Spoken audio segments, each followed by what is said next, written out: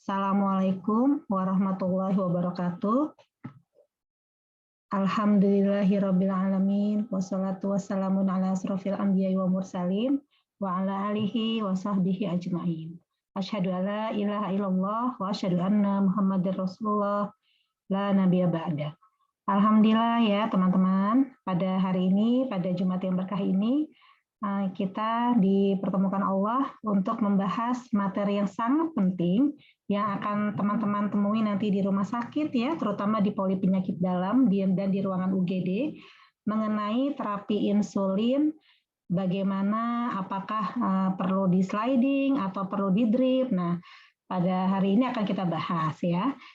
Nah, teman-teman, pada hari ini alhamdulillah kita kedatangan teman saya yang sangat saya cintai ya, namanya Dr. Zakiyah Maghrabi. Beliau tinggal di Lombok Timur. Ya, sebelum kita mulai kita baca basmalah dulu ya. Yuk kita baca basmalah. Bismillahirrahmanirrahim. Bismillahirrahmanirrahim. Oke, untuk memulai dengan berpesan, mari kita mulai dengan membaca Quran. Mungkin Sobari sudah hadir ya di tengah-tengah kita. Beliau adalah koasisten ya, dokter muda di FK UIN Jakarta. Sobari coba dibuka dulu. Mau baca surat apa terserah boleh. Silahkan ya, Bari. Ya. Baik dokter. Tidak on cam, apakah tidak apa dok? Mohon maaf karena sedang. Oke, nggak apa-apa. Oke, baik. Baiklah. Assalamualaikum warahmatullahi wabarakatuh. Waalaikumsalam warahmatullahi wabarakatuh. A'udzu billahi minasy syaithanir rajim. Bismillahirrahmanirrahim. أفحسب الذين كفروا أن يتخذوا عبادي من دوني أولياء إنا أعتدنا جهنم للكافرين نزلا قل هل ننبئكم بالأخسرين أعمالا الذين ضل سعيهم في الحياة الدنيا وهم يحسبون أنهم يحسنون صنعا أولئك الذين كفروا بآيات ربهم ولقائه فحبطت أعمالهم فلا نقيم لهم يوم القيامة وزنا ذلك جزاؤهم جهنم بما كفروا واتخذوا آياتي ورسلي هزوا إن الذين آمنوا وعملوا الصالحات كانت لهم جنات الفردوس نزلا خالدين فيها لا يبغون عنها حولا قل لو كان البحر مدادا لكلمات ربي لنفد البحر قبل أن تنفد كلمات ربي ولو جئنا بمثله مددا قل إنما أنا بشر مثلكم يوحى إلي أنما إلهكم إله واحد فمن كان يرجو لقاء ربه فليعمل عملا صالحا ولا يشرك بعبادة ربه أحدا صدق الله العظيم. Assalamualaikum warahmatullahi wabarakatuh. Waalaikumsalam warahmatullahi wabarakatuh. Bisa baca artinya nggak, Bari? Oh ya, sekaligus artinya Mia. Ya. Aku berlindung kepada Allah dari godaan syaitan yang terkutuk dengan menyebut nama Allah yang Maha Pengasih lagi Maha Penyayang. Maka, apakah orang kafir menyangka bahwa mereka dapat mengambil hamba-hambaku menjadi penolong selain aku. Sungguh kami telah menyediakan neraka jahanam sebagai tempat tinggal bagi orang-orang kafir. Katakanlah Muhammad, apakah perlu kami beritahukan kepadamu tentang orang yang paling rugi perbuatannya, yaitu orang yang sia-sia perbuatannya dalam kehidupan dunia, sedangkan mereka mengira telah berbuat sebaik-baiknya. Mereka itu adalah orang yang mengingkari ayat-ayat Tuhan mereka dan tidak percaya terhadap pertemuan dengannya. Maka sia-sia amal mereka dan kami tidak memberikan perimbangan terhadap amal mereka pada hari kiamat. Demikianlah pembalasan mereka itu neraka jahanam, karena kekafiran mereka dan karena mereka menjadikan ayat-ayatku dan rasul-rasulku sebagai bahan olok-olok. Sungguh orang yang beriman dan mengerjakan kebajikan, untuk mereka disediakan surga Firdaus sebagai tempat tinggal. Mereka kekal di dalamnya, mereka tidak ingin pindah dari sana. Katakanlah Muhammad, seandainya lautan menjadi tinta untuk menulis kalimat-kalimat Tuhanku, maka pasti habislah lautan itu sebelum selesai penulisan kalimat-kalimat Tuhanku. Meskipun kami datangkan tambahan sebanyak itu pula. Katakanlah Muhammad, sesungguhnya aku ini hanya seorang manusia seperti kamu yang telah menerima wahyu bahwa sesungguhnya Tuhan kamu adalah Tuhan yang Maha Esa. Maka barang siapa mengharap pertemuan dengan Tuhannya, maka hendaklah dia mengerjakan kebajikan dan janganlah dia mempersekutukan dengan sesuatu pun dalam beribadah kepada Tuhannya. Maha benar Allah atas segala firman-Nya. Sadaqallahul azim. Terima kasih ya Bari atas pembacaan Qurannya. Semoga kita yang mendengarkan mendapat rahmat dari Allah. Baik, sebelum dimulai, saya akan membacakan kurikulum vitae dari Dr. Zakiah ya. Namanya Dr. Zakiah Maghrabi, SPPD, spesialis penyakit dalam ya. Tinggalnya di Jalan Dr. Cipto Mangkusumo nomor 2 Selong. Sudah menikah dan mempunyai 3 orang anak ya. Anak pertama sekolah di Fakultas Kedokteran UNRAM, anak kedua juga sama di Fakultas Kedokteran UNRAM, yang ketiga masih SD kelas berapa ya? Kelas 1 ya Dr. Zakiah ya? Iya, kelas 1. Ya. Oke. Beliau praktek di 2 rumah sakit, yaitu Rumah Sakit Dr. Sujono Selong, Lombok Timur, dan Rumah Sakit Nusa Sentra Medika, Lombok Timur juga. Baik, pada hari ini kita akan membahas lebih dalam tentang apa sih itu insulin, bagaimana kita memberikan insulin yang tepat, dan kasus-kasus seperti apa yang membutuhkan insulin. Nah, untuk itu silakan kami berikan kepada Dr. Zakiah. Silakan. Terima kasih. Assalamualaikum warahmatullahi wabarakatuh. Waalaikumsalam. Suara saya jelas ya, Nuli ya? Dr. Nuli ya? Jelas banget. Alhamdulillah. Waalaikumsalam warahmatullahi wabarakatuh. Salam kenal ya dari saya untuk teman-teman adik-adik semua ini. Jauh jaraknya ya sama kita ya. Ini pada kelahiran tahun berapa nih? 99, ada yang 29, ada yang 93 ya. Antara itu deh, 93 sampai 99 kayaknya. Udah kayak anak sendiri ya, Jak ya. Ini yang di Sumbawa yang mana, Nul? Dr. Desi, udah datang belum ya? Kayaknya belum deh. Belum ada ya? Nanti iya deh. Dikenalin. Ya, kita mulai aja ya. Jadi bismillahirrahmanirrahim. Assalamualaikum warahmatullahi wabarakatuh. Jadi saya ini beberapa kali ya sering juga diminta untuk ngasih penyegaran untuk teman-teman dokter umum untuk menjelaskan tentang insulin. Jadi kita memang insulin itu memang ini ya berkembang pesat ya. Jadinya kita nggak boleh nggak boleh kelupaan gitu ya.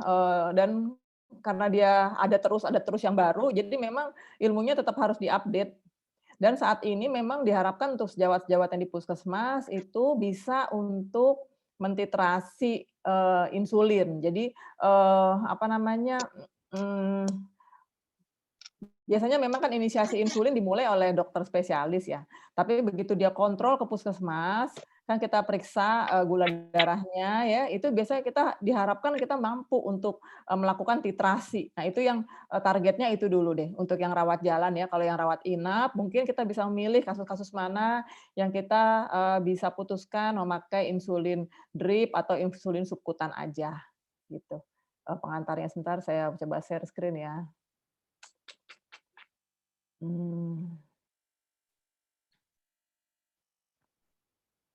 Kelihatan ya, Nul?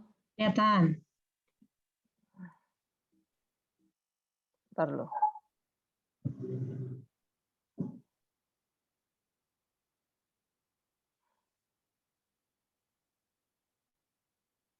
Ini udah buka bekas yang tadi, ya deh. Oke, jadi mohon maaf ini slide-nya ini bukan slide yang ini ya, ini slide-nya udah slide presentasi saya yang dulu gitu ya, waktu saya bicara pakai Sanofi. Tapi ini menurut saya lumayan lengkap, bisa untuk dipakai untuk kajian kita hari ini. Jadi, oh ya, untuk apa? Yang pertamanya dulu deh. Nah, jadi teman-teman, insulin itu ya udah diramu ya dari mulai 1920. Nah, yang pertama itu insulin itu dilakukan penelitiannya itu di Toronto University, Kanada. Dan akhirnya ditemukanlah insulin yang pertama itu ya, itu tahun 1921. Nah, 1921 ditemukan, jadi dibilangnya first clinical use-nya 1922. Jadi memang sekarang tuh 100 tahun ulang tahunnya 100 tahun ulang tahunnya si insulin yang pertama kali ditemukan. Jadi memang mereka lagi gencar-gencarnya pabrikan insulin tuh untuk promosi insulin masing-masing. Nah, ini perjalanannya insulin ya. Jadi sebelumnya ingin saya kasih tahu dulu. Jadi insulin insulin itu endogen, ada di badan kita semua ya. Kita mempunyai insulin dengan berbagai patofisiologinya yang berbeda. Ada satu insulin ekskresinya ada 2 macam jadi insulin. Jadi insulin itu ada yang diekskresikan setiap saat keluar terus. Itu namanya insulin basal. Jadi kayak kita gini nih, saat ini lagi ngobrol-ngobrol gini, insulin basal keluar terus gitu. Selalu keluar. Itu namanya insulin basal. Jadi semua orang punya insulin basal. Nah, berikutnya adalah ada insulin prandial namanya. Jadi insulin yang keluar saat prandial. Kalau pada orang-orang yang normal, kita makan banyak keluar ya banyak insulinnya. Kita makan sedikit ya keluar sedikit. Nah, tapi makanya kenapa pasien akhirnya akhirnya gangguan insulin karena terpakainya insulinnya dipaksa ya, beta pankreas terpaksa untuk bekerja lebih berat sampai akhirnya terjadi failure. Kan ada yang tahu nggak apa faktor resiko DM? Yang pertama hipertensi, yang kedua apa? Ada yang tahu nggak? Yang kedua obes ya, yang ketiga bisa merokok gitu. Itu jadi faktor resiko. Jadi maksudnya kalau misalnya ada banyak faktor resiko tapi yang kita ingat itu. Jadi kalau misalnya ada pasien yang obes, jadi sekarang kan ada pre-DM ya. Jadi pasien-pasien obes itu harus kita treatment betul-betul. Ada beberapa yang ternyata udah pre-DM kalau kita periksa. Nah, itu harus kita treatment. Jadi kalau di luar negeri itu tuh penata laksanaannya tuh udah sampai ke pre-DM. Sedangkan di Indonesia masih berkutat pada komplikasi lanjut dari diabetes mellitus gitu. Kita tahu komplikasi yang kronik DM itu kan ada yang makrovaskular, mikrovaskular ya. Kenapa sih kita harus gemes ngobatin orang dengan diabetes mellitus? Kenapa kita harus gemes ngobatin? Target kita adalah terkontrol gula darahnya. Yang namanya terkontrol gula darah tuh gula darah puasa sekitar 80 sampai 130 lah ya. Nah, gula darah puasanya di bawah 180, 2 jam prandialnya di bawah 180. Seharusnya kita bisa mencapai target seperti itu. Kalau misalnya, tapi ada beberapa pengecualian ya, misalnya geriatri, kita bisa menaikkan sedikit gula darah puasanya, mungkin nggak 80 gitu ya. Mungkin nggak 90-an lah, kita bisa pakai 110, 120 seperti itu. Tapi bukannya terus orang-orang kan banyak yang 200 aja udah seneng. Sebenarnya nggak begitu. Harus tercapai target baru komplikasi kronisnya itu bisa kita hindari. Tapi di Indonesia ini kan kebanyakan udah pasien terdiagnosis DM setelah dia ada komplikasi. Misalnya pasien dengan dia mengeluh pandangannya nggak jelas gitu ya. obat, dipikir-pikir kacamatanya nggak pas, ternyata setelah diperiksa, ternyata retinopati DM. Nah, kayak gitu kan banyak sekali. Jadi nggak cuma 1-2 pasien, banyak. Jadi mirisnya begitu di Indonesia. Sedangkan di luar negeri udah menata laksana yang lebih awal dari obes-obes itu. Nah, kita baru masih berkutat di tata laksana komplikasinya. Oh ya, Indonesia tuh ranking 7 ya seluruh dunia penderita DM. Tadinya tuh ranking 9, tapi sekarang jadi naik tuh ranking 7 tuh. Satu-satunya yang naik kali ya, itu kali ya rankingnya. Nah, terus jadi berikutnya tercapainya kadar HbA1c di kita juga rendah sekitar 30%, 50%, jauh dari target ya. Nah, jadi ini kembali lagi ke sini, jadi insulin tuh udah dari 1920 ya, 1921 pertama kali, kemudian 1922 dipakai pertama kali. Nah, sekitar 1950 keluarlah NPH insulin. Ini insulin zaman dahulu kala ya, NPH, tapi masih dulu-dulu waktu saya masih sekolah masih dipakai. Nah, 1953 keluar insulin lente. Ini insulin basal semua nih ya. Nah, kemudian bertahaplah tahun 90 keluar human insulin ya. Jadi ini maksudnya ini insulin yang basicnya human gitu ya. Nah, kemudian berikutnya keluarlah rapid acting insulin analog. Nah, sekarang yang lebih banyak kita pakai adalah yang insulin analog ya. Nah, sekitar tahun 2000 muncullah long acting insulin analog. Dulu waktu saya sekolah pertama kali masuk itu 2006, itu baru pertama kali long acting insulin analog yang Lantus itu, Glargin 100 itu launching. Jadi digadang-gadang saat itu adalah dia ada 2006 ya, Glargin 100 itu adalah insulin yang paling insulin basal maksud saya, insulin basal yang paling bagus. Jadi dia kan disuntikkan 1 kali sehari, jadi dia bisa stabil dosisnya kadarnya di tubuh kita selama 24 jam. Sehingga dibilang insulin Glargin 100 itulah insulin yang peakless, nggak ada peaknya, peakless itu. Jadi terkenal dibilang seperti itu ya. Nah, tapi sampai sekarang ini masih ada aja insulin lente ini masih ada aja. Sedangkan insulin masih bergerak. Jadi saat ini insulin Glargin 100 itu udah ketinggalan banget saat ini. Tapi insulin lente pun masih ada yang dipakai. Bayangkan seperti itu di Indonesia. Nah, sekarang tahun 2000 aja keluar ini aja udah ketinggalan sekali gitu. Belum. Nah, sekarang 2013 keluarlah Degludec. Degludec ini sering disebutnya IDEC. Jadi kalau misalnya orang ikut simpo-simpo dari luar itu mereka sebutnya IDEC. IEDEC tulisannya, IDEC.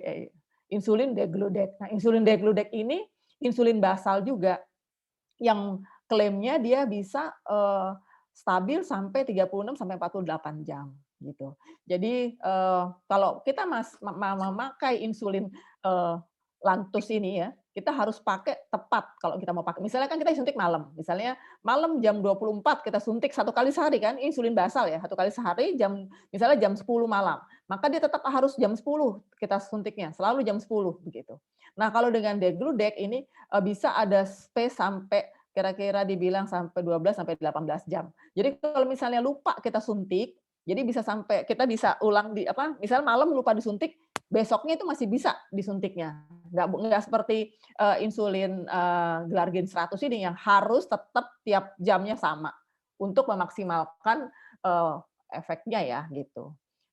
Nah, kalau insulin Degludec ini udah lebih canggih lagi, udah lebih panjang lagi waktunya. Jadi bisa disuntik sampai dia bisa bertahan sampai sekitar 36 jam. Nah, kemudian 2014 ini baru mulai keluar biosimilar Glargin insulin. Tahu biosimilar ini maksudnya mitunya si Glargin. Jadi Glargin dengan yang dikeluarkan oleh pabrikan lain. Hari ini, anak? Nah, kemudian biosimilar ini banyak yang pada penelitian ternyata nggak sesuai ya. Nanti kita bahas biosimilar, kita nggak usah bahas ini biar nggak bingung. Nah, berikutnya sekitar 2018 ya, 2017 lah, keluarlah ini Glargin U300. Kalau yang kemarin tadi ini kan Glargin U100 ya, yang Lantus. Nah, ini keluar lagi yang lebih bagus. Jadi kan ini kita harus 24 jam nyuntiknya. Nah, kalau Glargin U300 kita lebih fleksibel. Jadi ini sekarang dia bersaing berdua ini, saat ini ya, bersaing berdua IDEC dengan insulin U300 ya kan, Aiglar nih. Aiglar dengan Aidek bersaing saat ini ya. Itu adalah basal yang paling mantap, basal yang paling bagus dua ini gitu. Jadi nanti ini degludec sama glargin. Degludec ini ada namanya Tresiba nama dagangnya. Kalau yang glargin U300 namanya Lantus XR. Nanti teman-teman pasti udah ketemu di apa? Pasti udah ketemu di Poli, mana di Jakarta pasti udah ya, karena di Lombok pun, di Selong pun udah ada itu semua barangnya. Ini semua udah ada. Ini brandnya Lantus XR dan ini brandnya Tresiba. Saya sebut ini karena susah ya kita sebut generiknya doang, ntar pas lagi dipraktekkan atau di UGD nggak ada keluarnya. Ini yang keluar gede itu ya mereknya. Kita harus tahu kalau ini namanya Lantus XR, ini namanya Tresiba gitu. Nah, terus ini nggak selesai sampai sini ya, masih berlanjut terus insulin sampai akhirnya nanti kita akan bisa nyuntik insulin basal itu hanya sekali seminggu kayak gitu. Targetnya seperti itu. Nah, selain itu ini yang insulin basal yang bawah ya. Yang atas nih insulin rapid ya. Rapid acting udah ada dari tahun 96. Nah, sekarang udah mau akan keluar fast acting insulin aspart ya. Dan sudah keluar juga koformulasi. Jadi digabung insulin basalnya dengan aspart. Jadi ada IDEX-ARS, jadi IDEX-ARS, idegludec ya, insulin degludec dengan aspart. Jadi satu itu suntikannya satu. Nah itu kita harus tahu juga itu. Itu ada sekarang udah banyak yang kayak begitu. Dan ada lagi kalau si glargin ini dia makainya nggak sama rapid acting insulin enggak. Dia pakainya dengan GLP-1 analog. Jadi glargin, Aiglar sama lixisenatide. Nah, kita harus tahu tuh. Ini kalau yang IDEX-ARS nama dagangnya itu IDEX Aspart, nama dagangnya itu Rizodec. Itu udah keluar itu sekarang. Kalau Aiglar Lixi itu namanya lupa saya namanya apa ya. Ntar kalau ingat saya kasih tahu lagi ya. Itu. Jadinya ini insulin berkembang terus ya. Jadi kita harus tahu nih ntar ada lagi nih, muncul lagi. Jadi emang yang terbaru itu. Yang terbaru adalah idegludec, glargin U300, terus Rizodec ya, yang degludec dengan aspart dan glargin U300 dengan lixisenatide. Oh ya, namanya Soliqua namanya. Yang glargin U300 dengan GLP-1 analog namanya Soliqua. Jadi memang untuk tata laksana DM kita memang dari berbagai segi ya, kan udah belajar ya, ada 11 organ yang berkontribusi terjadinya diabetes mellitus. Makanya jadi dipakai pengobatan dari berbagai sisi. Jadi sekarang itu insulin dengan GLP-1 analog gitu. Udah ada. Nah, ini yang saya mau jelaskan ini berbagai macam insulin ya. Jadi ini intermediate yang pertama kali ditemukan ya kan ya. Terus ini rapid acting, ini termasuk basal ya. Ini termasuk basal. Nah, yang rapid acting yang aspart, glulisin. Sekarang yang masih banyak dipakai adalah aspart, glulisin dan lispro. Ini dari 3 pabrikan yang berbeda ya. Kemudian long acting yang masih banyak dipakai sekarang adalah ini glargin tadi ya, U300, degludec, dan glargin yang biasa yang U100 pun masih banyak. Karena yang ini belum masuk BPJS, yang ini yang masuk BPJS. Nah, kemudian yang premix ya. Premix 70-30, 50-50 gitu ya.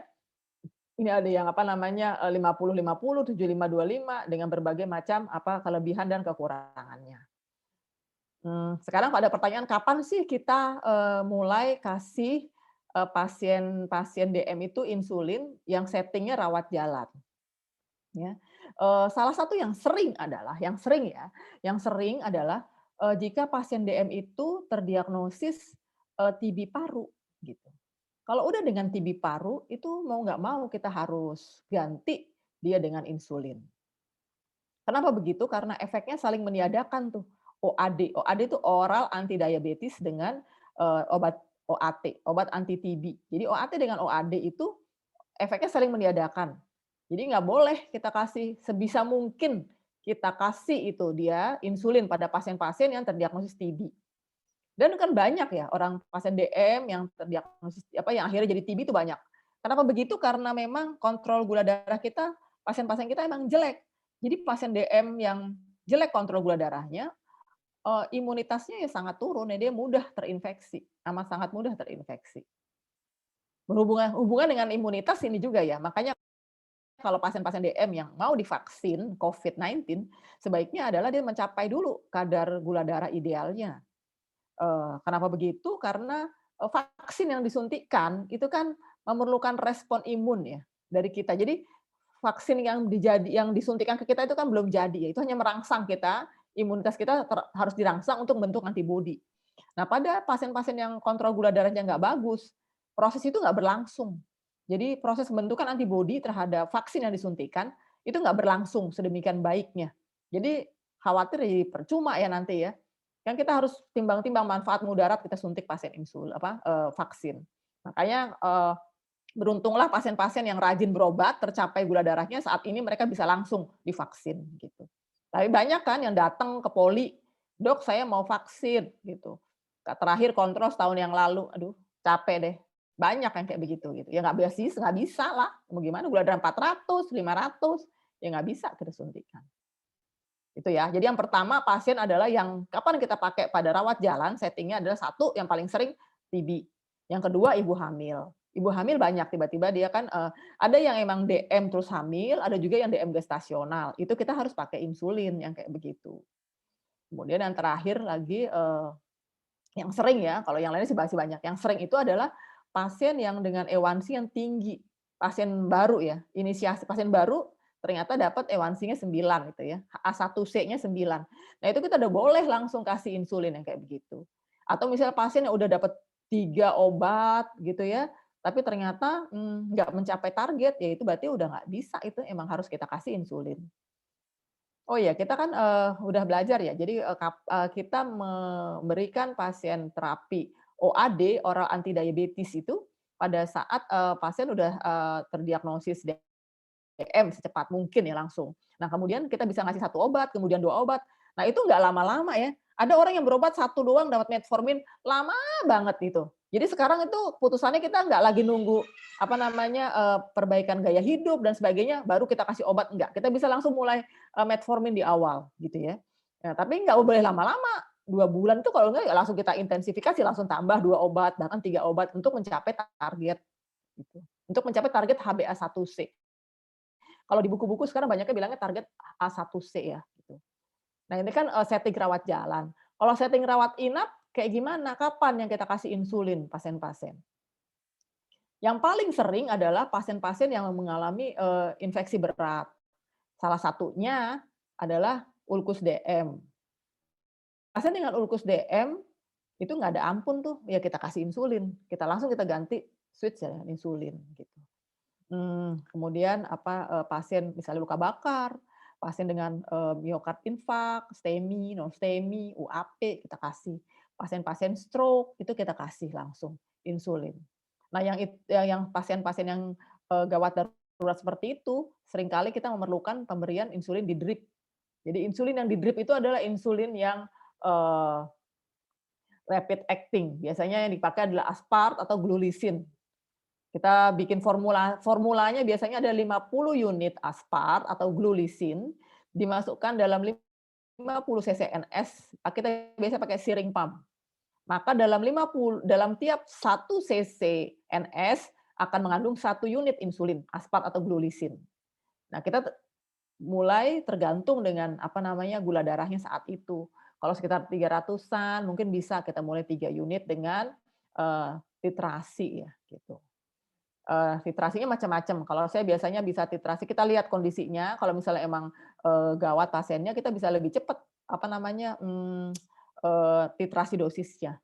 Satu lagi yang sering kan KAD atau ini ya HONG ya, yang sering itu datang dengan penurunan kesadaran. Biasanya kalau pasien KAD terus bau aseton napasnya, ternyata gula darah tinggi sekali. Nah, itu kita harus ngedrip secepatnya.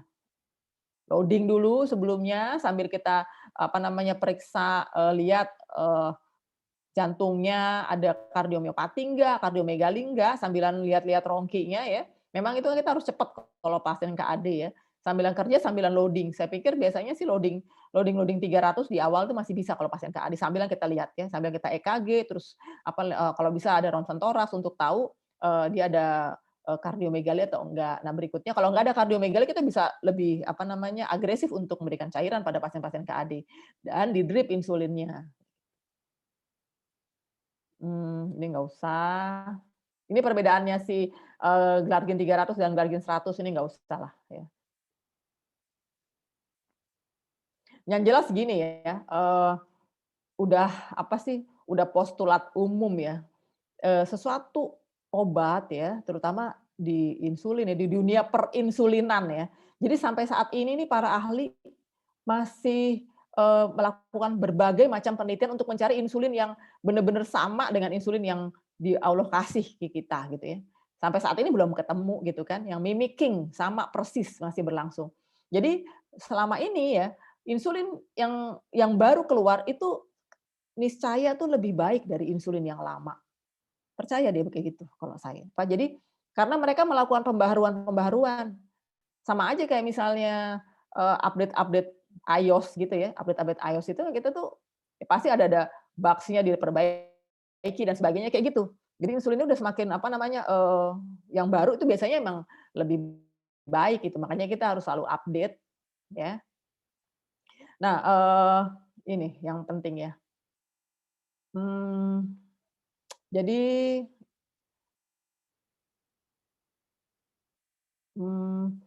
dalam memberikan insulin ya, kita ada kendala biasanya. Kendalanya apa? Yang pertama adalah kekhawatiran akan timbulnya hypoglycemia. Yang pertama itu, ya takut. Yang takut juga kadang-kadang dokternya juga jadi takut gitu.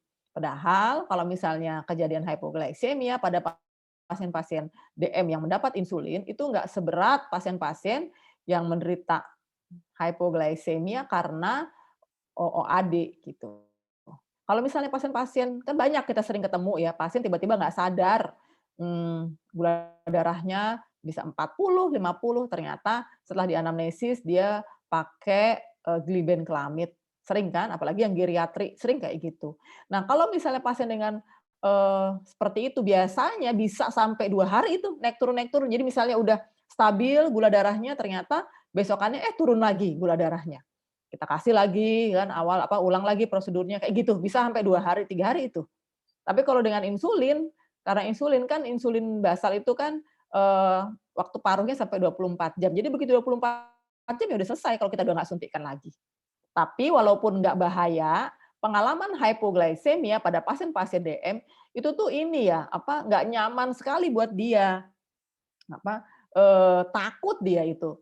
Nah sampai ya pada beberapa kali saya ikut simpo ya, kita itu dikasih ruang kayak booth gitu ya, yang kita pakai kacamata gitu, jadi kayak virtual gitu, kitanya lagi hypoglycemia gitu. Memang nggak enak banget. Nah pengalaman seperti itu, pasien jadi bikin dia nggak mau untuk suntik lagi gitu, takut dia. Nah, makanya dicarilah formula mana obat-obatan. Jadi obat-obatan yang tadi saya sebut itu, yang semakin diperbaharui itu, kejadian hypoglycemia-nya itu diturunkan betul-betul kejadiannya. Jadi emang udah lebih baik. Jadi kalau dulu insulin yang dulu-dulu bisa lebih banyak kejadian hypoglycemia, tapi kalau yang insulin basal yang baru itu udah lebih rendah kemungkinan untuk itu. Nah, berikutnya yang kita harus consider adalah kemungkinan untuk weight gain. Nah, ini memang iya ya beberapa efeknya samping insulin memang ini jadi weight gain. Nah, itu juga suatu concern buat kita klinisi untuk memilih insulin yang tepat ya, gitu. Makanya yang tadi saya bilang kan keluar ya Aiglar dengan Lixi. Itu yang saya bilang namanya Soliqua itu ya. Aiglar Lixi namanya Soliqua yang saya bilang insulin basal dengan GLP-1 reseptor analog.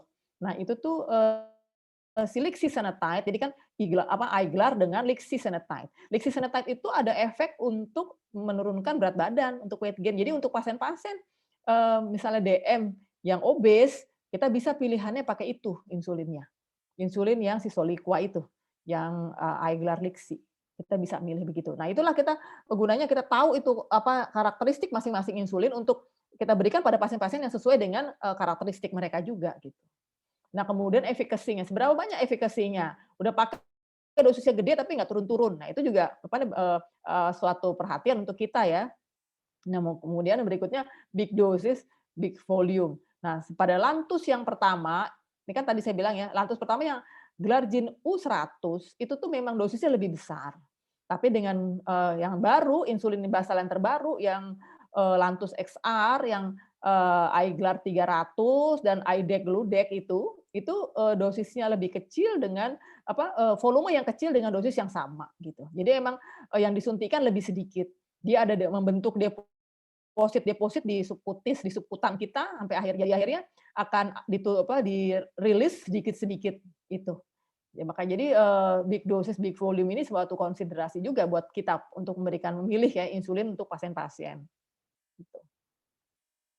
Oh iya, untuk inisiasi insulin ya lupa saya. Misalnya pada pasien rawat jalan, kita pilih apa dulu sih? Kita pilih pakai basal dulu atau pakai prandial dulu gitu. Nah, biasanya untuk pasien untuk inisiasi, sekali lagi ya, untuk memulai inisiasi insulin pada pasien-pasien yang settingnya rawat jalan, kita pakainya insulin basal dulu yang kita kasih. Jadi kita pilih insulin basal, kita perbaiki basalnya dulu. Nah, setelah basalnya tercapai, baru kita perhatikan prandialnya gitu. Yang gampangnya kayak gitu. Terus kalau ada pertanyaan, gimana cara tahunya kalau basalnya udah cukup dosisnya? Nah, itulah kita periksa gula darah puasa tiap hari. Itu untuk kita tahu kalau oh ini insulin basalnya cukup gitu. Makanya pasien-pasien kita ajarkan tuh namanya SMBG. Nih pada pasien nih kan, ini ya ini kan konsiderasinya pada klinisi. Tapi kalau pada pasien-pasien consideration-nya adalah takut disuntik gitu kan, nggak enak, nyeri. Nah, sebenarnya sih ya udah disetting sedemikian rupa, harusnya memang suntikannya itu sekali pakai. Jadi sekali suntik ya buang, sekali suntik buang. Nah, ada pasien-pasien yang nyuntik sampai bengkok-bengkok, jarumnya ya sakit lah, udah tumpul ya kan. Memang seharusnya tuh satu kali suntik ya sekali pakai itu jarum-jarumnya. Nah, yang berikutnya adalah mereka repot untuk SMBG. SMBG adalah self monitoring blood glucose. Tapi sebenarnya sih ini mau nggak mau ya untuk kita bisa dapat target dosisnya kita harus lakukan SMBG. SMBG ini adalah kita memeriksa gula darah setiap sebelum makan. Sebelum makan pagi, sebelum makan siang, sebelum makan malam, dan sebelum tidur itu kita cek gula darahnya. Nah dengan begitu tuh kita jadi bisa tahu, kayak saya bilang tadi, kita untuk tahu insulin basalnya cukup atau enggak, kita cek insulin pagi itu. Kalau insulin paginya udah bagus, sekitar 100, bisa 120, itu udah tercapai itu. Berarti kita tetapkan dosisnya seperti itu. Baru kita cek apa namanya yang sebelum makan pagi, sebelum makan siang, sebelum makan malam. Nah itu untuk menyesuaikan dosis prandialnya. Biasanya kita kalau misalnya udah tercapai basalnya, ternyata prandialnya masih tinggi, kita bisa memulai 1 kali dosis pada saat makan yang paling besar. Semua buku-buku nyebutnya begitu, big meal gitu ya. Tapi masalahnya orang Indonesia semuanya big meal gitu loh. Biasanya kalau mereka kan misalnya entah pada saat lunch atau pada saat dinner, biasa antara itu mereka besar. Kalau bule-bule itu makannya. Tapi kalau kita kan ya breakfast besar, dinner besar, lunch juga besar. Nah, tapi biasanya kita pilih dulu salah satu mana yang paling besar ya, biasanya ya siang hari kita tambah dia prandialnya. Jadi begitu udah basalnya tercapai, ternyata gula SMBG-nya belum bagus, baru kita kasih insulin prandialnya. Bisa dimulai dengan 4 sampai 6 unit. Kadang-kadang saya suka mulai langsung 8 gitu loh pada pasien-pasien. Karena rata-rata banyak yang bandel-bandel sih di sini, jadi langsung aja saya kasih biasanya begitu. Bahkan kadang-kadang saya langsung kasih 2 kali, siang sama malam, sebelum makan malam dan sebelum makan siang. Kalau insulin prandial, suntiknya itu harus sesaat ya. Jadi nasinya udah ada, baru kita suntik, baru langsung makan. Atau pada saat makan disuntik gitu kan. Atau sesaat setelah makan. Jadi misalnya makan udah tinggal 1 sendok, baru kita suntik insulinnya. Jadi nggak boleh kita suntik insulin, nasinya masih belum matang, tapi nggak boleh. Jadi harus udah terhidang nasinya itu di depan itu, baru kita suntik yang sebelum makan. Nah, kemudian beberapa tips misalnya pada pasien-pasien yang makannya cuma sedikit, nggak mau makan, ada misalnya lagi demam, lagi apa gitu, makannya berkurang, kita lebih baik suntik dia sesudah makan, sesaat sesudah makan. Jadi kalau misalnya dia makannya cuma habis setengah porsi, kita bisa kurangi dosis insulin prandialnya gitu. Yang biasanya misalnya tadinya 12 bisa kita kasih 8 atau 10 kayak gitu. Sesuai dengan porsi makannya dia. Itu untuk menghindari hipoglycemia gitu ya. Mmm. Jadi ini ya, jadi kita kan menginginkan kontrol gula darah yang ketat ya, untuk kenapa kita kontrol gula darah ketat? Untuk mencegah komplikasi kronisnya. Tapi memang setiap kontrol gula darah itu memang di sisi lainnya kita ada resiko untuk hipoglikemianya ada. Jadi inilah harus kita selalu mencapai kesetimbangan di sini gitu. Gimana kita untuk mengurangi, kan tujuannya tight glycemic control itu kan untuk mengurangi komplikasi, ya kan? Sehingga meningkatkan quality of life. Tapi dengan terlalu ketat kontrol gula darah bisa ada resiko ininya nih meningkatkan hipoglikemia sehingga ketakut pasiennya, akhirnya lama-lama dia nggak mau suntik gitu. Ya, adherence-nya berturun gitu ya. Akhirnya ujung-ujungnya komplikasi juga. Makanya insulin yang baru-baru keluar itu yang apa namanya? IDEC itu, IDEC Gludec tadi yang saya bilang itu sama yang Aiglar 300 itu dia mengklaim semua itu risiko hipoglikeminya rendah banget.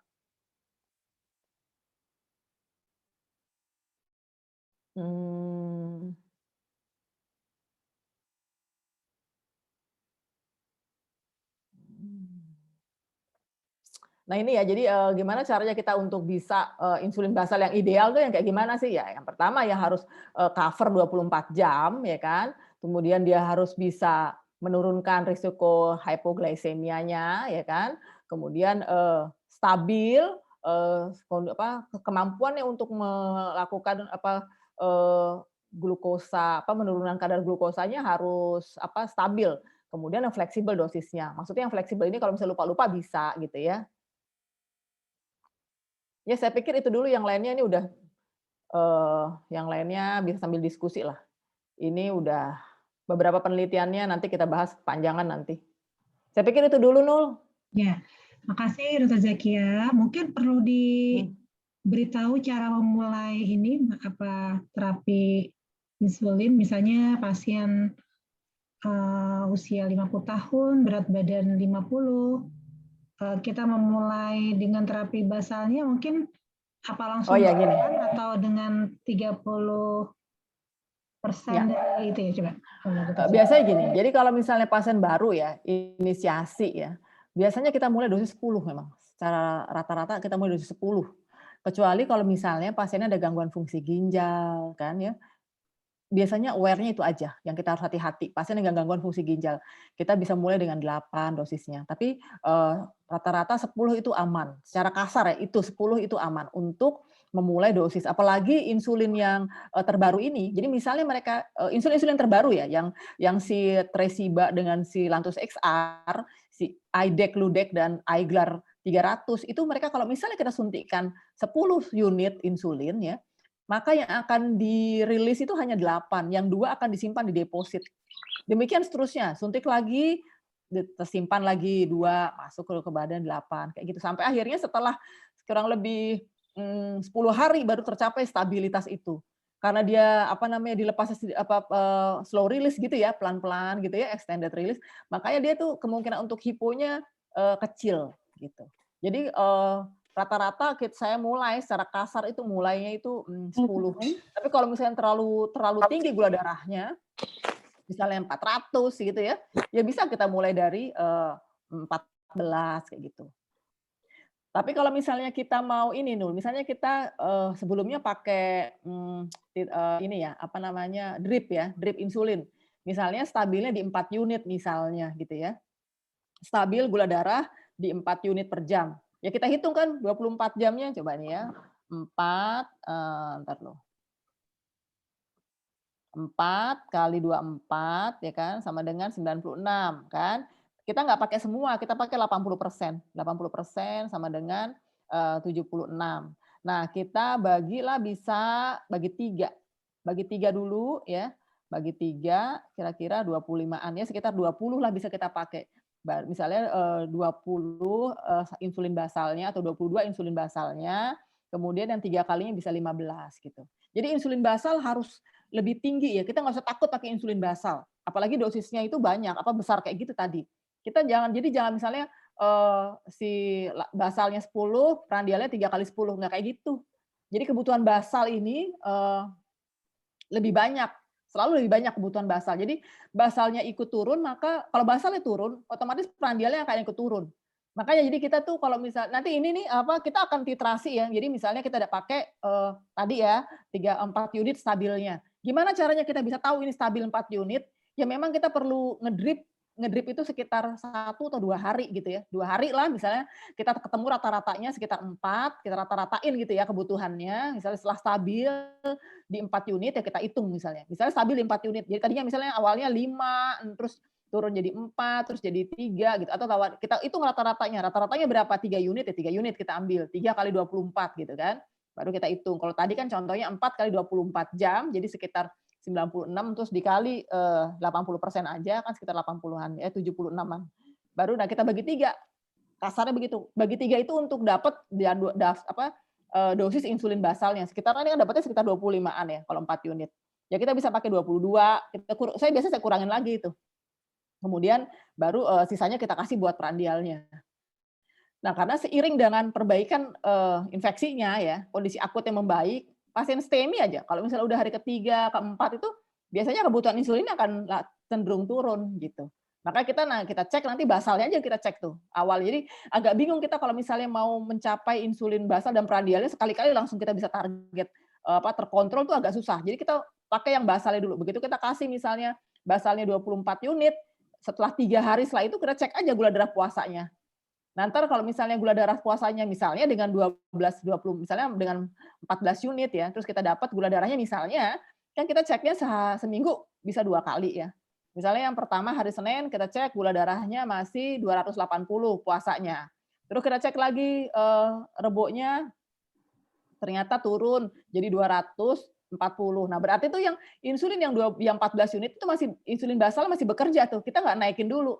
Tapi begitu ada pemeriksaan itu dia ada stabil, misalnya 240, besokannya 236. Nah, berarti itu kan udah mulai stabil kan, stabil nggak turun lagi, ya baru kita tambah dosis basalnya kayak gitu. Kalau di rumah kita mau SMBG itu kayak gitu caranya.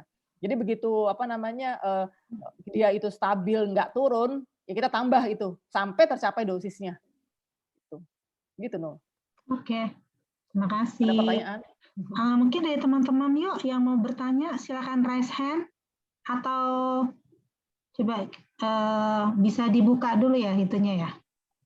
Oh ya, share screen-nya di stop dulu. Siapa yang mau bertanya? Ayo, nggak usah malu, nggak usah takut, nggak usah sungkan. Ada yang mau bertanya seputar tadi? Ada konsulen loh ya, ngeri. Oi, ada konsulen. Dokter Ika nanti kapan-kapan ngisi geriatri ya. Iya Mbak, Insya Allah. Aku juga belajar kok Mbak ini. Masya Allah. Ayo, siapa yang mau bertanya? Gina, ada yang mau tanya nggak Gin? Saya Dok. Boleh, silakan. Ya inilah apa pertanyaan? Langsung aja. Mau tanya 2 pertanyaan Dok. Boleh, silakan. Yang pertama, saya kan kebetulan di puskesmas Dok. Puskesmas mana? Puskesmas mana? Puskesmas Sakra Dok, di Lombok Timur. Nah, jadi tahu nggak tuh? Tahu lah, tapi udah banyak yang baru ya Allah. Iya Dok, saya baru juga termasuk baru setahun di Lombok Timur Dokter. Ini dari UIN ya? Bukan, dari enggak Dok, dari UNRA. UNRA. Oh iya. Loh ini dapat dari mana nih Nul? Linknya nih Nul? Oh, ada dari ini, dari ginjal dulu penelitian. Nanti cerita ya, Nila ya. Oke, ya gimana? Alhamdulillah ketemu sama teman-teman di Lombok ya. Silakan, Nila. Iya Dok, jadi di puskesmas itu kan sering banget dapat ketemu pasien yang gula darah sewaktunya itu kami cek lebih dari 500 Dok. Biasanya langsung loading NS kan dokter di IGD itu di puskesmas itu bisa kami langsung pikirkan dengan KAD dan memang harus dirujuk, atau kalau seumpama post loading 2000-nya sudah bisa turun bisa dirawat di puskesmas nggak Dok? Itu pertama. Rata-rata pasien-pasien itu hanya pakai OAD dokter, jadi nggak pakai insulin. Gak ada gitu insulin di sana ya, Dokter Nila? Banyak Nuli. Enggak di puskesmas. Sebetulnya ada ya, awas satu kalau ada dilaporin sama gubernurnya nih. Ke rumah sakit tuh bisa dapatnya Dok, kalau di puskesmas belum bisa.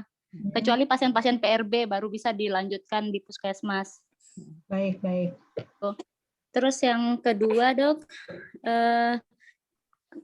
kira-kira penyebab dari hipoglikemi pada pasien-pasien DM yang rutin minum OAD itu karena apa ya, Dok?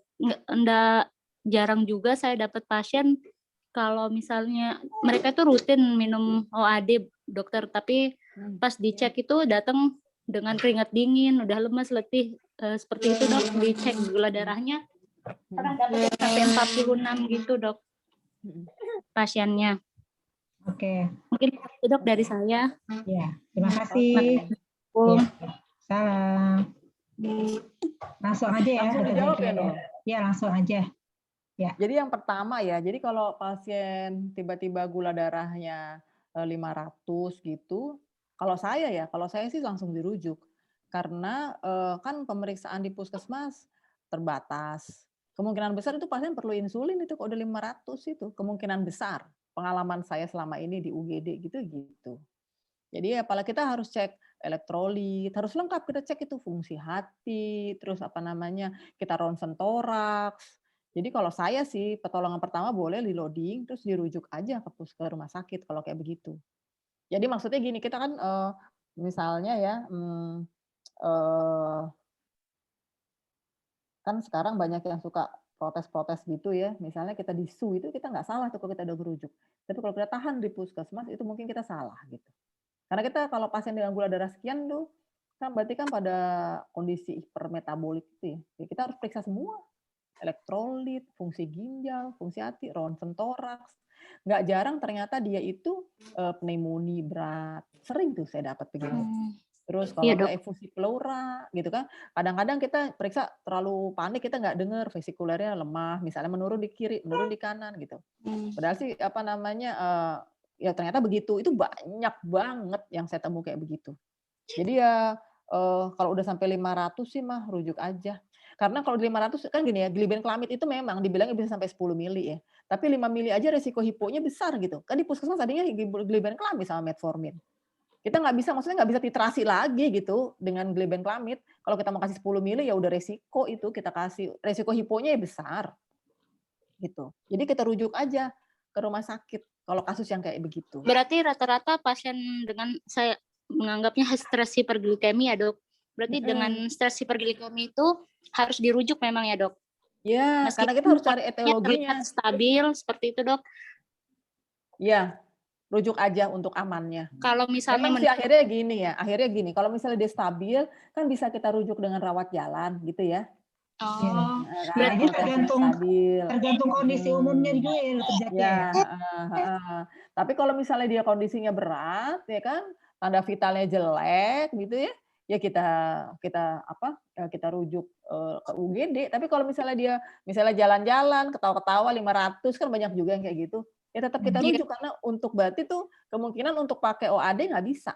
Kemungkinan besar begitu. Sekarang kecuali kalau kita punya macam-macam obat OAD yang macam-macam ya. Kita punya sulfonylurea yang lebih bagus generasinya. Terus kita misalnya punya DPP-4 inhibitor ya bolehlah kita coba sampai trial sampai 3 macam obat. Tapi kita harus lihat juga fungsi ginjalnya kayak gimana gitu kan. Si pasien ini gitu kan. Di pusat ada kreatinin nggak? Nggak ada. Nggak ada kreatinin di puskesmas gitu. Jadi udah terjawab ya. Kalau KU-nya bagus ya bisa kita kita sarankan ke rumah sakit itu kalau yang kayak gitu. Maaf Dok, berarti nggak harus rawat inap ya Dok pasien-pasien tersebut? Iya, kalau KU-nya bagus nggak usah. KU-nya baik nggak usah. Oh bisa. Berarti pos resusitasi bisa langsung pulang gitu ya Dok? Nah, sebenarnya gini, kalau misalnya kita sampai kita sampai pada keputusan harus diresusitasi, tandanya KU-nya nggak bagus. Iya nggak sih? Kalau sampai pada keputusan, atau kalau misalnya dia demam ya ternyata dia ISK misalnya gitu ya, ISK terus gitu kita obatin misalnya pakai antibiotik yang ada di puskesmas, terus misalnya gula darahnya membaik, ya itu bisa kita selesaikan dulu di puskesmas, kita rujuk ke rumah sakit gitu. Jadi kalau saya sih pasien-pasien yang gini ya, kita ini termasuk negara yang pencapaian A1C-nya itu rendah banget, rendah banget. Nah itu tuh yang Yang kayak gitu-gitu jadi harus kita ini ya, sebenarnya harus kita tangkap lebih awal gitu. Jangan sampai udah CKD baru datang kayak gitu kan. Jadi kan kadang-kadang orang masih lalai untuk mencapai kadar indeks glikemik yang bagus gitu. Emang ini susah karena orang-orang itu menganggap biasa. Jadi kan kalau orang Lombok bilangnya sok uah berowat, kan gitu kan, asal udah minum obat ya udah selesai keputusan selesai tuh kewajibannya dia. Nah kalau saya nggak kayak begitu, saya sampai emang sering sih saya ngomel-ngomel di poli. Saya bilang jadi harus ibu minum. Jadi gini, dua pasien ya. Satu misalnya nggak berobat sama sekali, gula darahnya 300-an. Yang satu berobat tapi ternyata nggak pernah tercapai kontrol gula darahnya. Gula darahnya tetap 240, 260, ya gitu. Ya dua-duanya sama, ya kan? Yang satu udah capek-capek berobat, ngantri, sama juga sama yang nggak berobat. Gitu, orang nggak tercapai kontrol gula darahnya. Berarti kan komplikasi kronisnya akan berlangsung terus tuh. Iya enggak? Gitu. Iya, Dok. Gitu. Jadi memang kita harus mencapai itu A1C-nya. A1C sekarang bisa kita periksa di rumah sakit Selong, udah bisa periksa. Jadi ya kita rujuk aja kalau yang kayak gitu. Kalau misalnya memang udah stabil lewat poli gitu. Ya. Iya, Dok. Ya. Oke, tadi pertanyaan kedua udah ya? Oh ya, yang hipoglikemi belum ya. Kalau yang saya banyak dapat sih ya, itu karena pasien biasanya gangguan ginjal tuh. Jadi kalau dibawa ke kalau misalnya kita periksa gitu ya di rumah sakit ternyata kreatininnya 5 gitu loh. Kreatininnya udah 4,5 gitu, 2,3 gitu kan, kita udah nggak boleh kasih metformin kalau yang kayak gitu. Batasnya yang bagus tuh, yang aman tuh kan 1,5. Kreatinin 1,6, 1,7 aja kita harusnya udah nggak boleh kasih metformin. Kalau kita mau ideal gitu. Nggak boleh kita kasih metformin. Bikin mual, makanya double-double mualnya. Mual karena CKD-nya, karena nefropatinya, mual karena metforminnya. Yang saya sering dapat kayak begitu, yang sering dapat. Nah, yang berikutnya lagi misalnya dia lupa makan, maksudnya dia ini bukan lupa makan, dia itu misalnya lagi demam gitu ya, terus dia nggak mau makan, tapi glibenclamidnya diminum terus sama dia, ya hipo lah dia jadinya. Yang paling sering itu, yang 2 itu yang paling sering. Gitu. Ya. Baik, gimana Mbak Yunila? Udah jelas ya? Iya, dokter. Iya, dokter. Insya Allah. Ya. Ada lagi yang lain yang mau bertanya? Silakan ya. Saya Dok, Indah. Silakan ya. Oke. Ya, nama saya Indah Dok. Saya kerja di salah satu rumah sakit di Jawa Timur. Daerah mana tuh? Rumah sakit daerah mana? Mojokerto Dok. Mojokerto, oke. Ya, mau bertanya Dok, kalau di rumah sakit saya itu kan kalau misalnya ada kasus DM hiperglikemi, DM hiperglikemi Dok, itu biasanya SOP-nya itu pasti dilakukan pertama itu RCI Dok. RCI-nya biasanya 3 kali 4 unit. RCI apa itu, Ida? Kenapa Dok? RCI apa itu? Sampai persepsi dulu. RCI itu regulasi cepat insulin. Jadi biasanya dimasukkan lewat IV Dok. Itu biasanya pasti kalau di rumah sakit saya seperti itu. Berapapun kadar gulanya Dok. Entah itu 500 ataupun 700. Bolus IV gitu ya? RCI. Iya Dok. Bolus IV apa subkutan? Bolus IV? IV Dok, IV iya. Itu bagaimana ya Dok? Tadi berapa unit? Bagaimana Dok? Berapa unit tadi nyuntik bolusnya? Bolusnya lewat IV Dok. Intravena. Ya, berapa unit? 4 unit. Pasti dosis awalnya itu 4 unit. Nah, kalau misalnya emang RCI itu boleh dilakukan dengan 3 kali 4 unit, kalau misalnya ternyata biasanya tuh kalau gula darahnya 400 sampai 500-an itu Dok. Nah, saya biasanya kalau misalnya gula darahnya di atas 700, itu biasanya saya tinggikan dosisnya. Jadi regulasi cepat insulinnya itu di atas 4 unit itu juga bagaimana. Terus yang kedua, biasanya kita kalau lagi jaga ruangan Dok, biasanya kan di konsulin pasien-pasien kalau misalnya sudah dirawat inap pasiennya, biasanya kan sudah dapat terapi maintenance insulinnya itu dari SPPD ya Dok. Nah, kita biasanya itu dikonsulin pas ada hasil GDP pas pagi hari, dengan GDP-nya itu masih 300-an gitu, Dok. 300 sampai 400. Padahal beliaunya ini sudah dapat maintenance-nya itu dari SPPD misalnya 3 kali 8 IU gitu, Dok. Yang prandialnya. Oke. Nah, kapan kita boleh mentitrasi untuk dinaikkan dosis insulin yang prandialnya itu ya, Dok? Oke. Ya, makasih Indah. Pertanyaannya bagus-bagus. Silakan Dr. Zakia. Jadi gini ya, yang namanya regulasi cepat itu tuh seharusnya itu di drip seharusnya. Seperti yang saya bilang dengan ramuan yang 50 unit insulin rapid acting dalam 50 ccNS, kemudian dijalankan pakai siring pump, bisa tergantung dengan misalnya gula darahnya 400, bisa mulai 4 cc per jam. Kemudian kita cek gula darahnya tiap misalnya bisa tergantung kondisi pasien. Kalau misalnya kondisinya berat, kita bisa 4 jam gitu ya, rata-rata segitu. Kalau lebih gawat lagi bisa 2 jam sekali kita cek itu. Kalau orang KAD kan sejam sekali kita periksa. Nah, seharusnya itu adalah itu yang paling ideal. Tapi mungkin kendala di lapangan misal nggak ada siring pump, misal ya. Iya, Terus Dok. yang kedua misalnya nggak ada GDS stick kayak gitu. Tapi kalau misalnya kita kasih IV kayak gitu, itu kasarnya tuh kita nembaknya cuma sesaat doang, ces gitu doang tuh. Kayak shoot sekali-sekali aja. Kalau misalnya kita pakai insulin basal tuh kayak kita misalnya ya, kita mau apa ya, kita memberikan serangan bertubi-tubi gitu. Tapi dengan dosis yang lebih kecil gitu. Karena yang sesuai dengan patofisiologi insulin adalah insulin basal itu yang harus kita perbaiki. Dan rapid acting itu kerjanya berapa lama sih? Coba yang tadi itu, kita lihat slide yang tadi itu ya.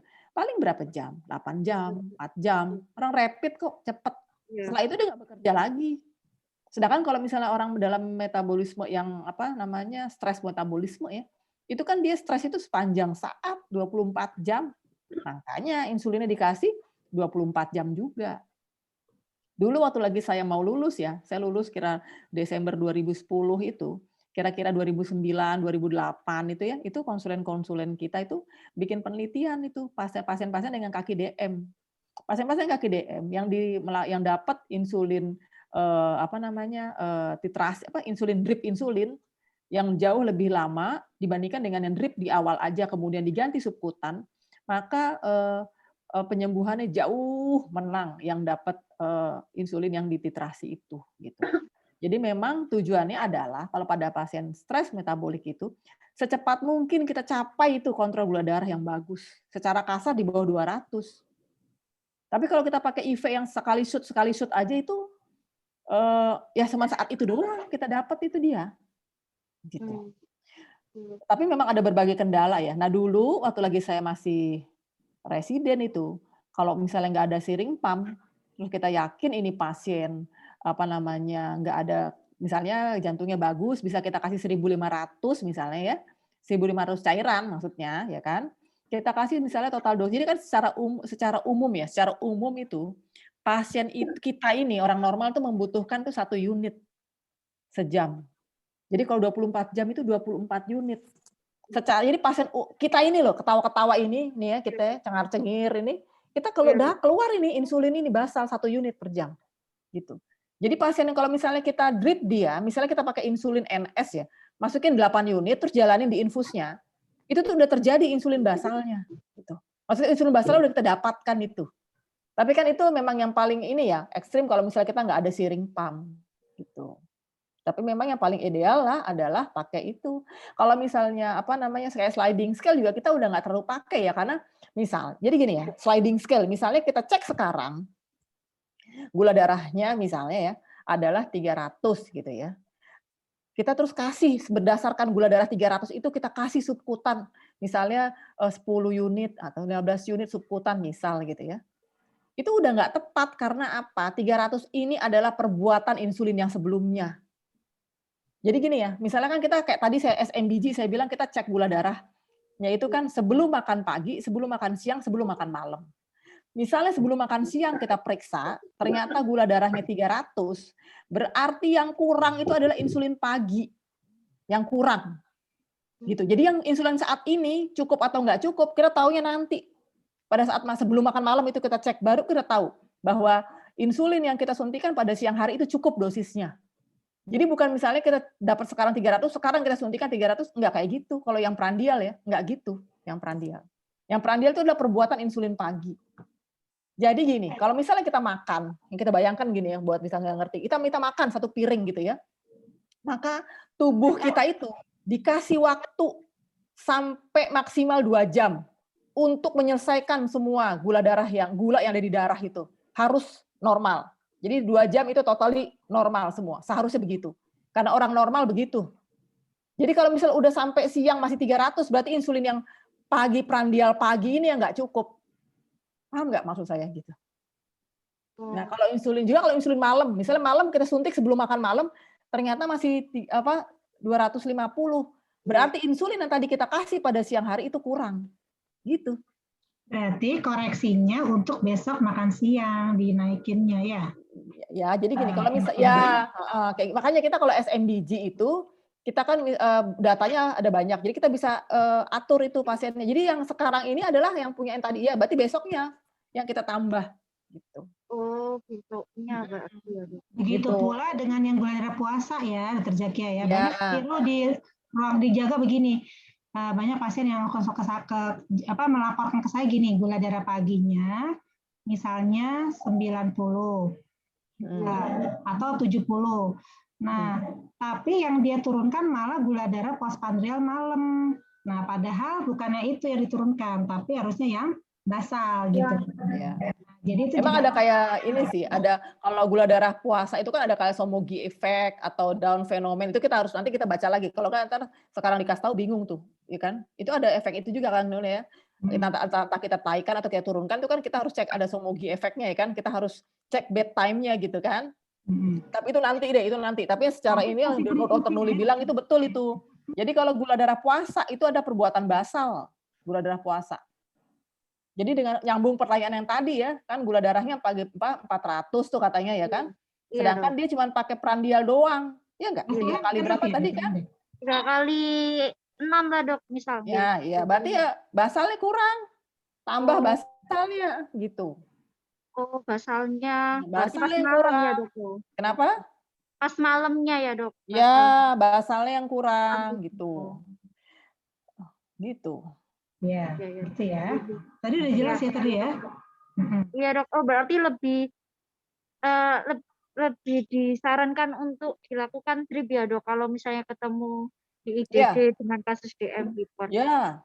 Terus startnya itu tadi ya dok. Berapapun misalnya kan di atas 400 ya dok. Berarti startnya 50. Kenapa dok? Oh, yang ramuannya itu sama. Jadi ramuan internasional adalah 50 unit Sama 50 dalam 50 cc.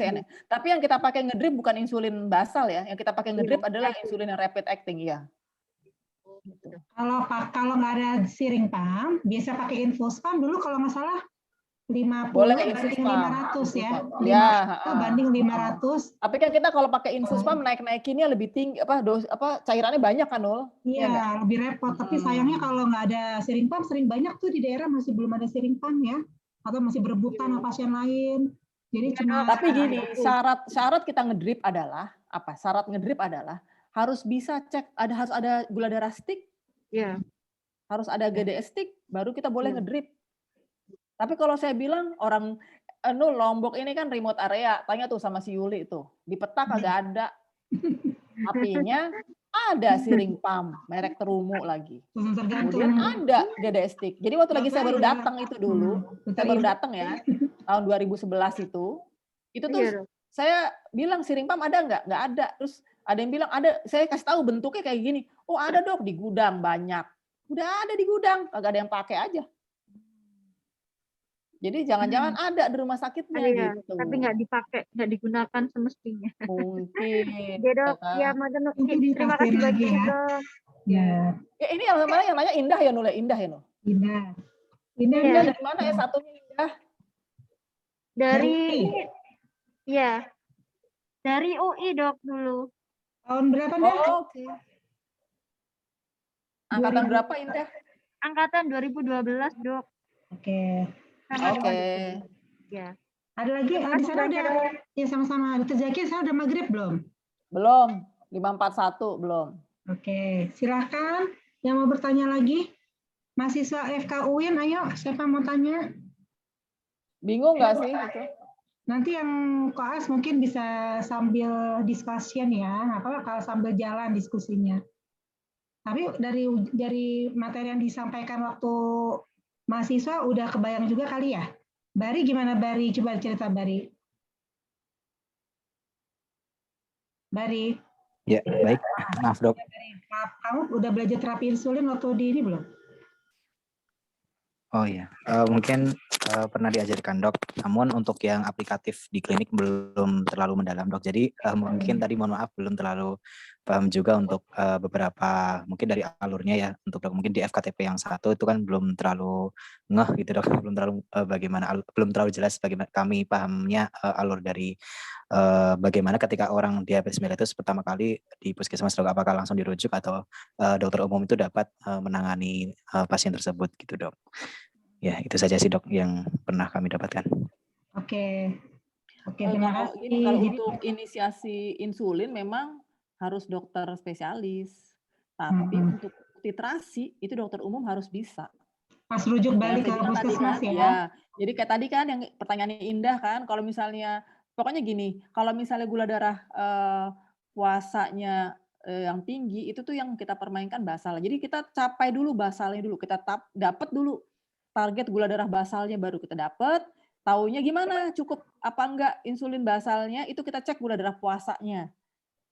Jadi kalau misalnya pasien datang bawa hasil gula darah puasanya masih tinggi, kita naikkan basalnya. Kita biasanya naikin 2 unit gitu. Gitu. Jadi clue pertamanya itu basalnya dulu yang kita perbaiki. Memang dokter puskesmas harus bisa itu untuk titrasi. Karena kan sekarang pasien-pasien DM dengan insulin kan di PRB-in semua. Jadi semua ada Prolanis ya? Program Prolanis dapat ya?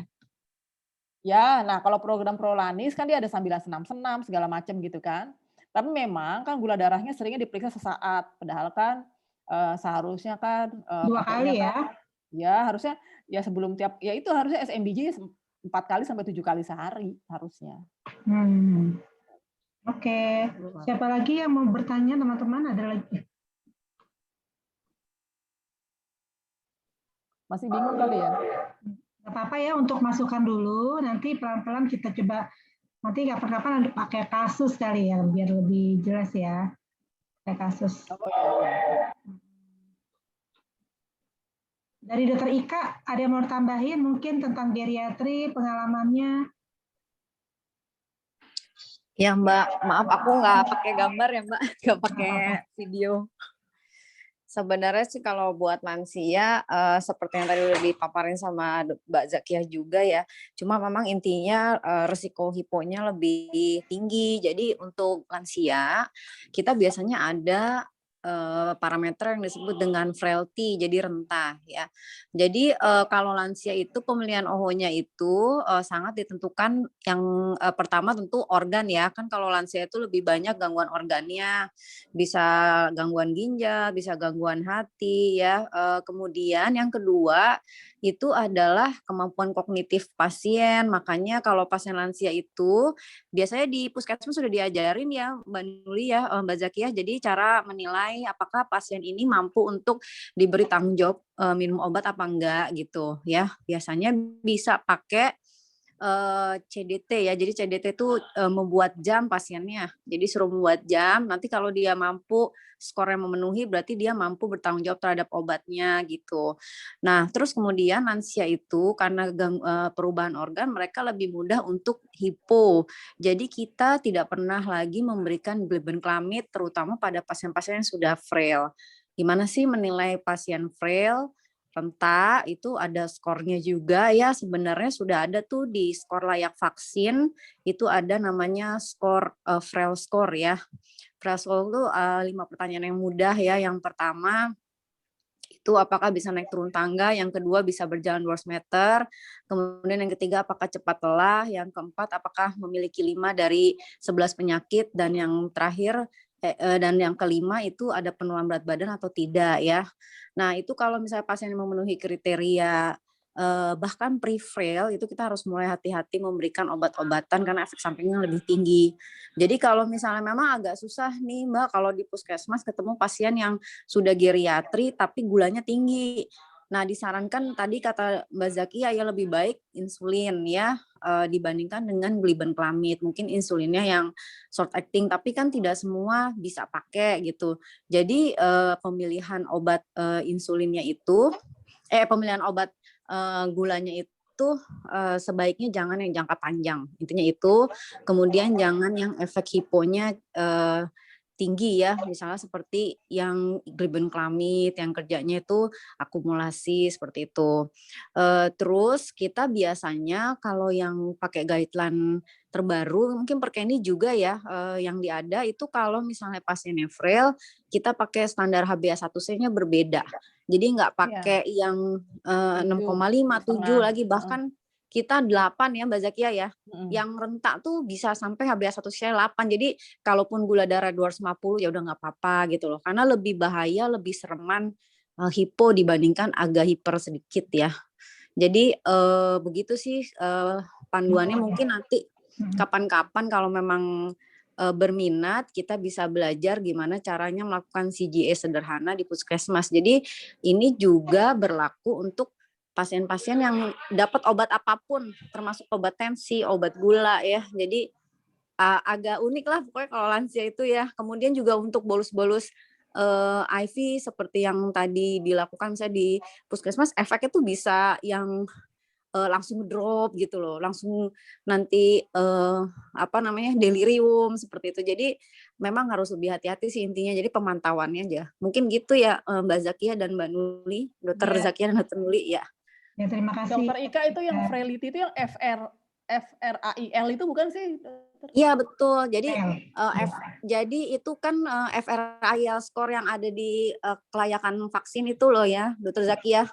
Kan ada tuh apakah Anda layak untuk vaksin buat geriatri kan kita pakai FRAIL score.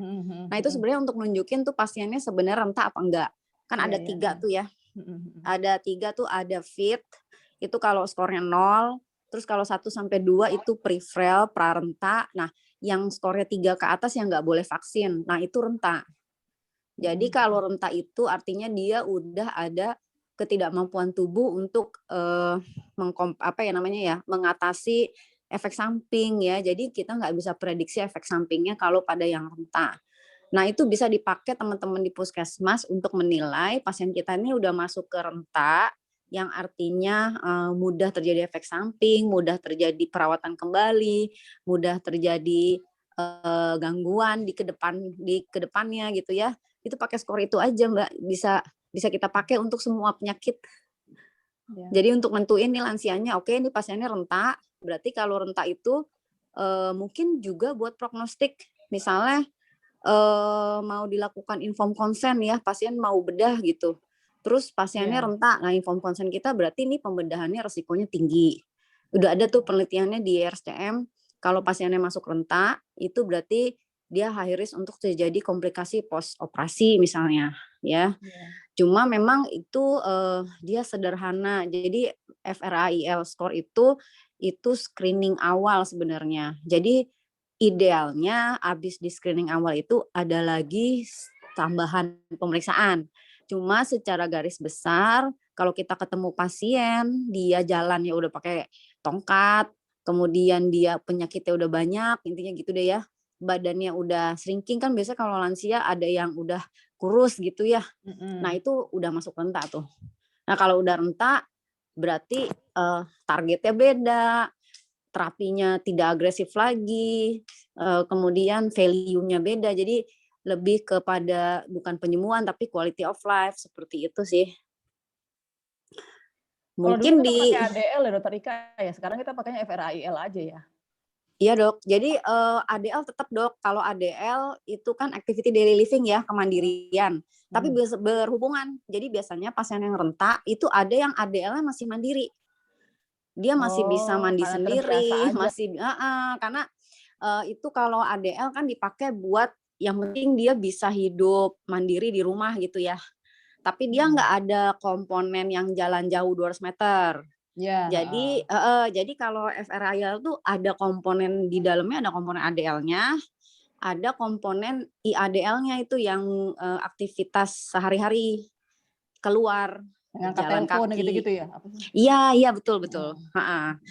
Jadi dia tuh combine antara ADL sama fungsi dia sebagai manusia lah gitu ya Mbak ya.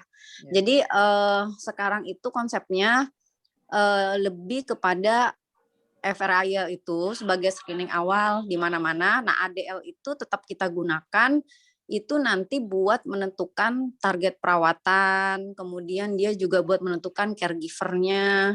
Seperti itu. Jadi tetap dua-duanya harus kita nilai.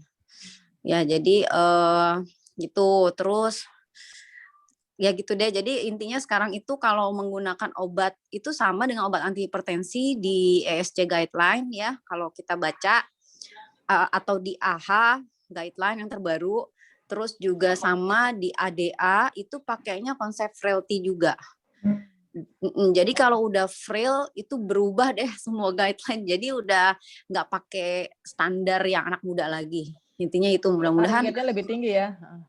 Iya betul. Bahkan dikatakan di situ kalau pasiennya sudah frail itu bahkan 160 sistolik pun tidak apa-apa kalau dia memang udah biasa tinggi pada hipertensi. Itu yang ESC kalau nggak salah ngomong gitu. Kalau AHA dia lebih ketat. AHA itu lebih ketat, dia tetap pengennya 130/80. Tapi pencapaiannya itu customize, jadi disesuaikan karena resiko untuk jatuhnya lebih tinggi. Resiko untuk perawatannya lebih tinggi kalau misalnya lansia itu dikasih obat tensinya langsung jebret gitu. Jadi kita kasihnya gitu ya Mbak ya pengalaman ya. Jadi dikasih tadinya 190 kita langsung kasih banyak, sorenya ngedrop gitu, bisa begitu. Jadi memang satu obat dulu, terus nanti abis itu dievaluasi lagi, tambahin lagi begitu. Bertahap. Ada. Ya mungkin mungkin nanti dokter juga ya bisa diundang nih Nul. Ya nanti bisa bicara nih Nul. Ya, teman-teman gimana? Jadi kan maksudnya teman-teman dokter umum ini kan harusnya gini. Jadi dari mulai pasien itu di depan pintu praktek kita, dia jalan itu kan gate-nya udah kita lihat ya gitu loh. Dia kayak robot enggak jalannya gitu kan. Iya, doyong-doyong apa enggak gitu kan. Itu udah menentukan salah satu nih si geriatri. Kayaknya bagus nih Nul buat teman-teman adik-adik koas nih Nul. Nanti kita undang Dokter Ika ya, habis lebaran kayaknya deh. Waduh. Terima kasih. Kalau mau kita bareng-bareng kali ya, Mbak Zakia, Mbak Nuli. Nanti jadi kasusnya. Ya, nanti teman-teman di koas nanti mungkin yang masuk penyakit dalam bisa cerita mau tema apa kali ya yang paling. Tapi kalau menurut saya panduan itu penting dulu ya, dasar-dasarnya ya. Basic pemeriksaan lansia itu penting banget ya. Kalau masuk penyakit dalam ya, Dokter Ika ya. Iya, insya Allah. Menyamakan visi persepsi dulu tentang frail tadi, ADL dan sebagainya ya. Mungkin lain kali ya teman-teman gimana nih? Gimana? Kemudian yang praktis-praktis di puskesmas. Setuju nggak? Indah, setuju ya kira-kira ya? Boleh dibuka nggak dokter? Ya boleh, silakan. Ya Nancy. Iya, assalamualaikum Dokter Zakia, mau tanya. Salam. Iya, tadi agak terlambat datang, jadinya kurang paham untuk masalah yang inisiasi tadi.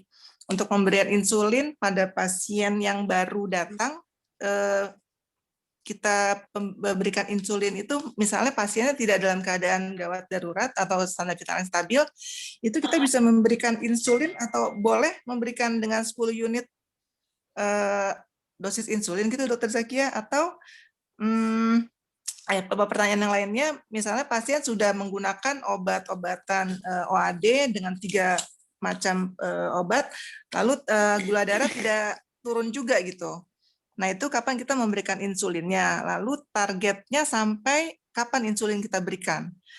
Lalu saya mau tanya juga, sebenarnya yang pemberian insulin ini kenapa sih diberikan? Apa karena memang kadar insulin atau pankreas sudah tidak bisa memproduksi insulin lagi, sehingga kalau sudah yang memakai insulin harus pakai insulin terus begitu, atau targetnya sampai gimana ya Dokter Zakia? Itu dulu ya, kasih. Terima kasih Dokter Nancy. Wah, ngeri nih pertanyaannya nih.